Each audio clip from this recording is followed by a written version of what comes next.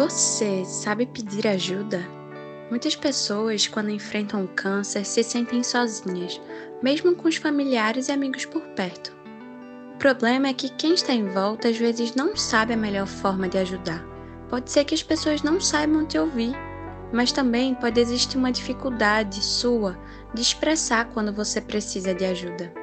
É interessante que muitas vezes é diante de um diagnóstico de câncer que surge a ideia de procurar apoio psicológico profissional pela primeira vez.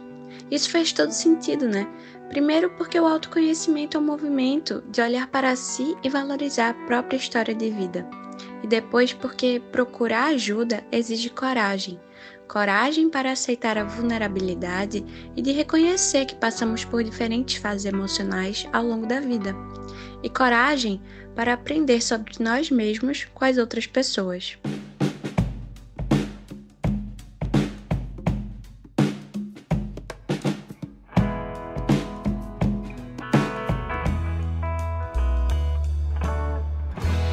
Oi, eu sou Helena Portilho e apresento a primeira temporada de podcasts do Além da Cura. Hoje a gente vai conversar com a psico-oncologista Helena Pedrosa sobre algumas fases psicológicas diante do enfrentamento do câncer e principalmente sobre a importância do apoio psicológico. Seja muito bem-vinda, Helena. Boa tarde.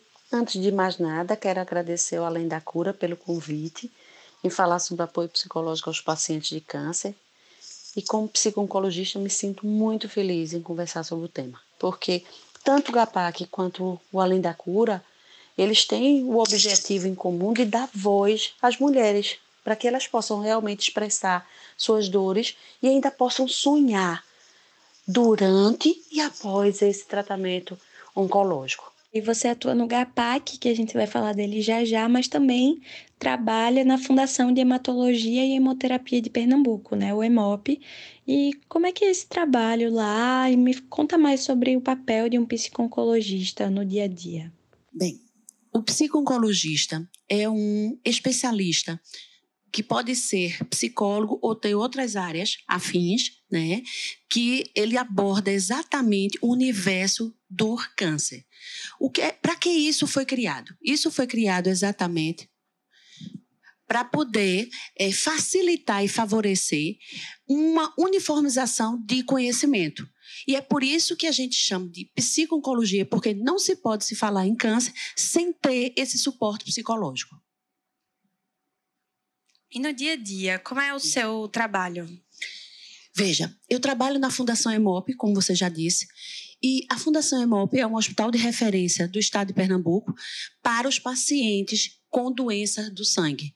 E uma das doenças do sangue também é acometida de câncer, né, que são as leucemias, né, os linfomas, os mielomas múltiplos.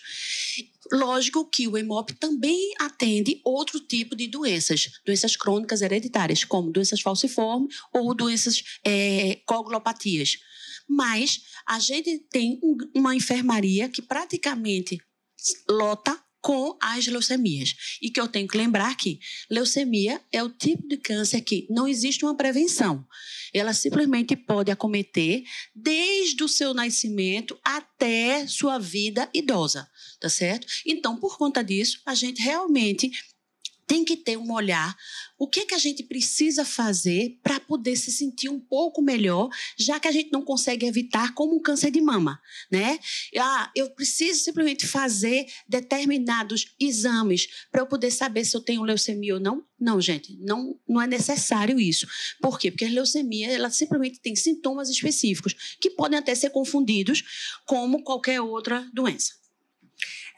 E não só no caso da leucemia, mas de outros cânceres, como é que você pode explicar quais são esses aspectos psicológicos que envolvem as pessoas que estão no enfrentamento da doença? Deixa eu te dizer, veja, há muitos estudos científicos porque muita gente começou a se interessar exatamente de saber, será que aquele tipo de personalidade tinha a ver com a pessoa tivesse uma tendência maior com uma questão orgânica, né, com uma questão genética? Será que aquela pessoa que tem esse perfil, ele está sujeito a ser acometido de câncer mais do que outras pessoas? O que se foi visto? O que se foi visto foi que aquela pessoa pessoa que tem uma disponibilidade, como até a gente fala, uma disponibilidade excessiva de cuidar dos outros, e, ou seja, ela esquece de cuidar de si, essas sim são sujeitos a terem mais câncer durante a sua vida. Né? Uma outra coisa que a gente também percebe claramente, aquelas pessoas mais passivas. Que tipo de passividade? Aquela que aceita tudo, que a gente até considera, são pessoas mais resignadas. Tudo, não, tudo que acontece está tudo certo, é assim mesmo, como se ela não fosse autora, tá certo? Ou protagonista da sua história, que pudesse até se sentir desafiada ou até poder mudar isso. Interessante, Helena. E existem diferentes fases do câncer que precisam desse acompanhamento psicológico. E quem deve procurar esse apoio especializado? Existe um momento mais adequado para procurar ajuda? Quais são as fases após o diagnóstico? Como é que acontece? Por partes, eu vou tentar responder a todas as suas perguntas. Primeira coisa, quando a gente simplesmente diz em que momento um paciente de câncer ou um familiar, gente, quando a gente fala de familiar, a gente tem que sempre lembrar que existe um binômio. Eu não posso falar paciente de câncer esquecendo da família.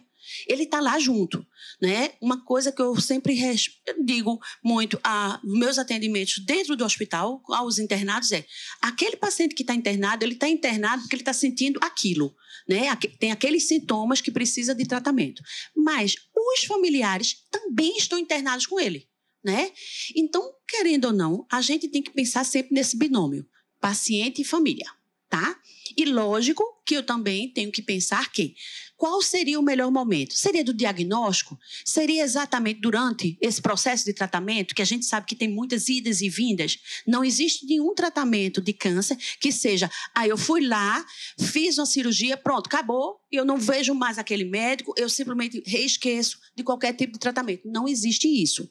Tá? Por quê? Porque você vai ser acompanhado a vida inteira, mesmo que você não precise estar num tratamento quimioterápico ou radioterápico, certo?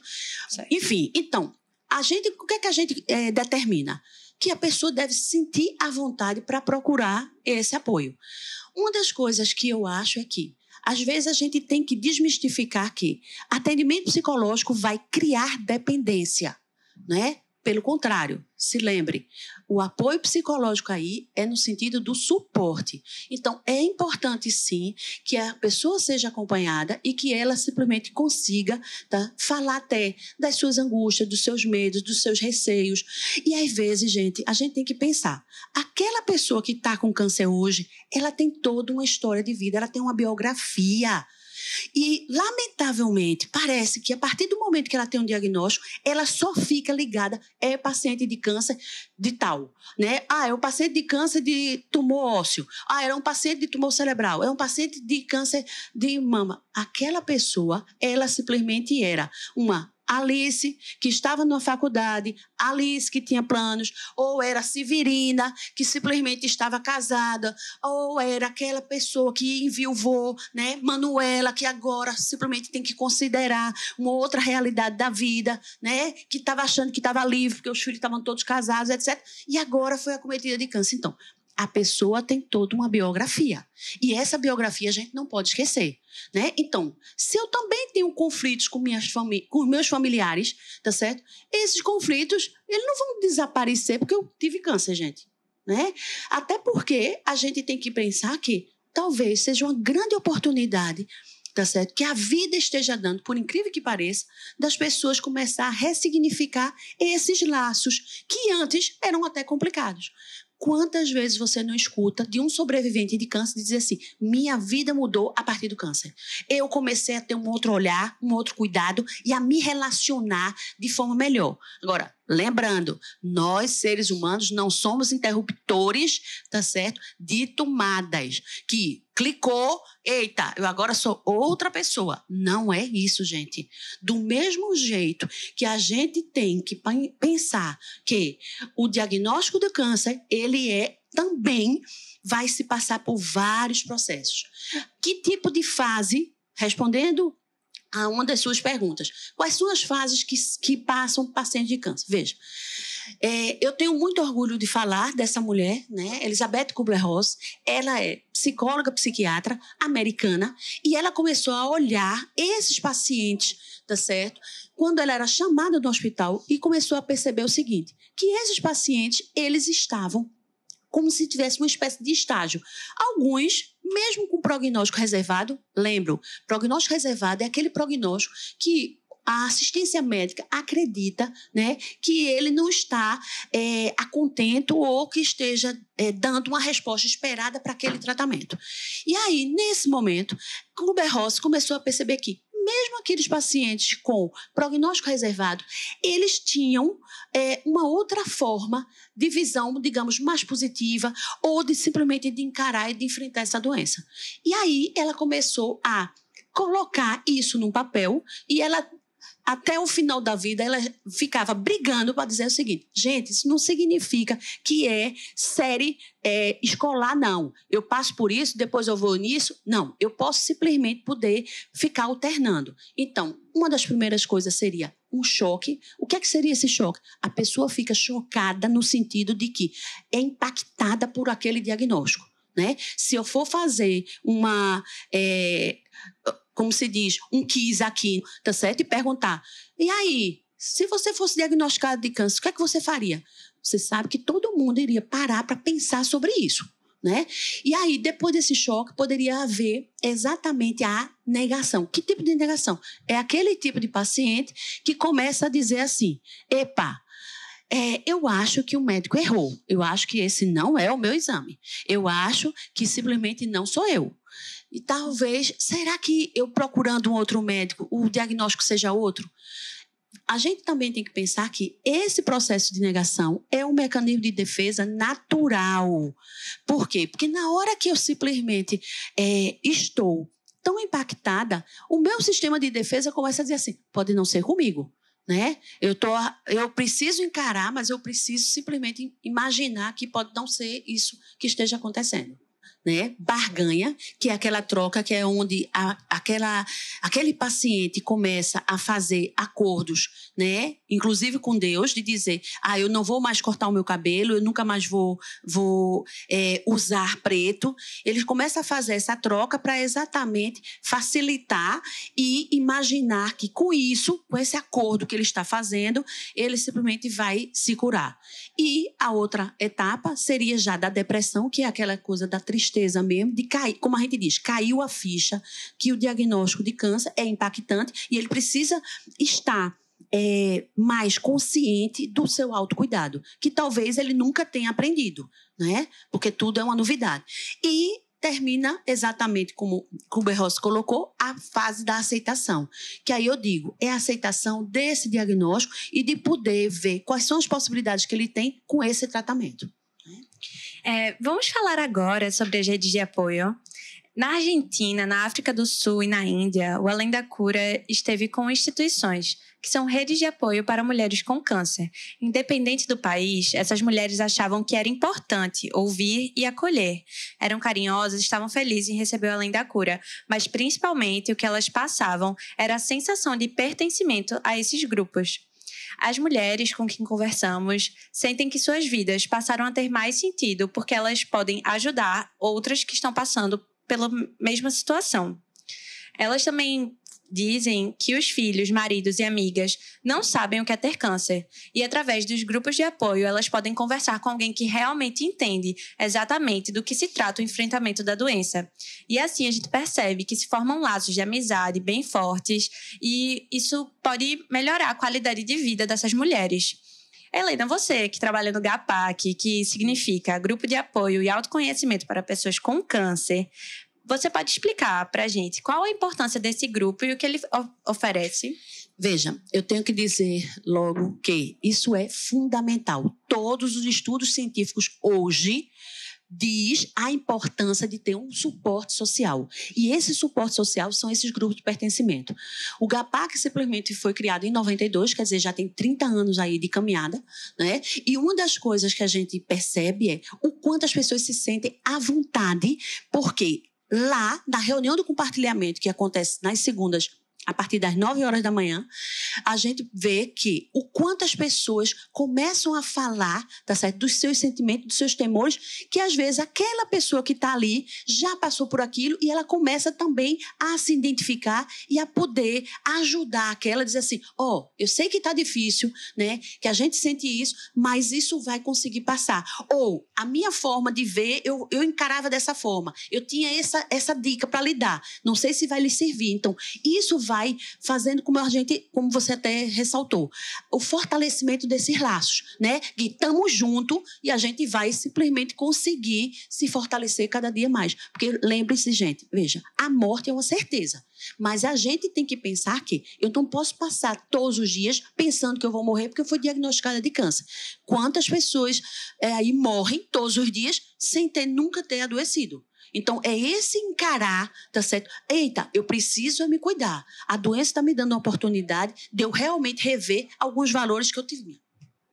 O que o GAPAC oferece? Veja, tem essas reuniões de compartilhamento que são gratuitas, eu ressalto, gratuitas, gente. Então, é um lugar que você vai receber apoio emocional gratuito. Todas as segundas-feiras, ela fica, a sede do GAPAC fica na Benjamin Constant, até o próprio nome já diz que é um lugar de luz, né? Que a gente tem que lembrar. E essa sede, ela simplesmente faz essa reunião de compartilhamento e a gente também tem outros tipos de programa. Que tipo de programa? O próprio nome já vai dizer, fortalecer. É um grupo que fortalece exatamente aquelas pessoas que já passaram por algum outro tipo de alguma situação, e um tipo de programa que o GAPAC também fornece é como se fosse uma espécie de workshop de 9 encontros que se chama Programa Avançado de Autoajuda. Esse programa, a pessoa simplesmente nesses encontros vai conseguir, digamos, perceber todas as suas dificuldades e até quais são as qualidades e os recursos que ela tem para poder transpor isso aí. Que tipo de recurso ela poderá aprender? A biodança, a questão de, por exemplo, de trabalho manual, ou de poder escrever isso. Quantas, inclusive, Antonieta Barbosa já foi participante do GAPAC e, a partir daí, como advogada, ela conseguiu escrever um livro que até hoje é até conhecido internacionalmente, né? Que são os direitos do paciente com câncer. Então, isso é importante. Outra, Ivete Carvalho, simplesmente tornou-se poetisa. Considerando esse trabalho que você realiza no GAPAC, aproveito para pedir a sua opinião sobre como Além da Cura pode ajudar a impactar a vida de pessoas que estão enfrentando o câncer.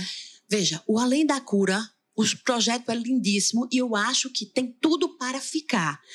Na hora que ela simplesmente começa a regimentar pessoas de entrevista, através, como você até estava me dizendo, que vão fazer agora podcast. Então, isso vai ter um alcance maior, né? O GAPAC tem hoje Instagram e Facebook, mas o fato de vocês simplesmente conseguirem ter uma forma digital, né? Eu acho que tem um alcance maior. Além de que são jovens, né? A turma do GAPAC é um pouco mais velha.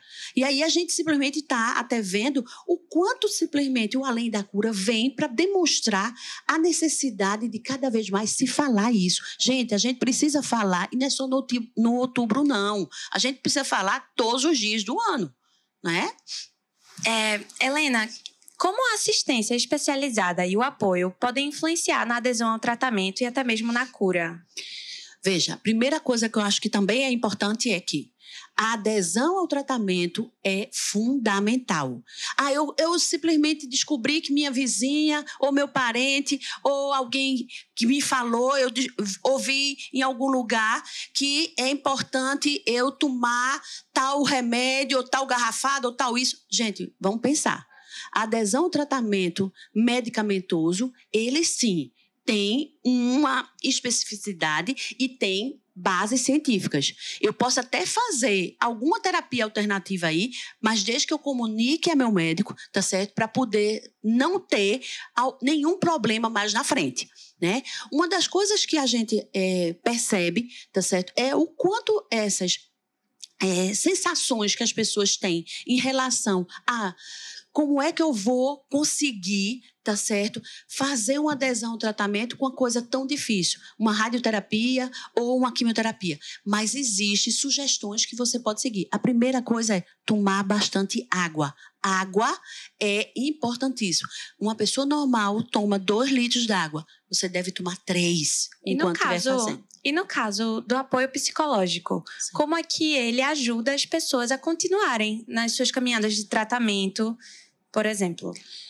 O apoio psicológico, ele simplesmente se faz através do suporte de você, por exemplo, ter uma escuta, aquele profissional que vai estar lhe ouvindo, de você ter uma escuta sem julgamento. Por exemplo, pode ser exatamente que aquele paciente, ele comece a falar da sua infância, de quanta mágoa ele carrega, né? O quanto ele gostaria de ter de mais oportunidade de vida, de poder favorecer no sentido de trabalho ou de simplesmente fazer alguns planos que até aquele momento do diagnóstico, ele não percebeu que simplesmente a vida estava avançando. E na hora do diagnóstico, ele disse, epa, peraí, eu tenho que fazer agora porque assim não vai dar tempo, né? Então, poder exatamente ressignificar. Todo mundo tem um sentido na vida, gente. A gente com câncer, a gente tem um outro olhar de se perguntar, aquilo que eu pensava da minha vida, até aqui eu estou fazendo, então eu preciso mudar isso, né?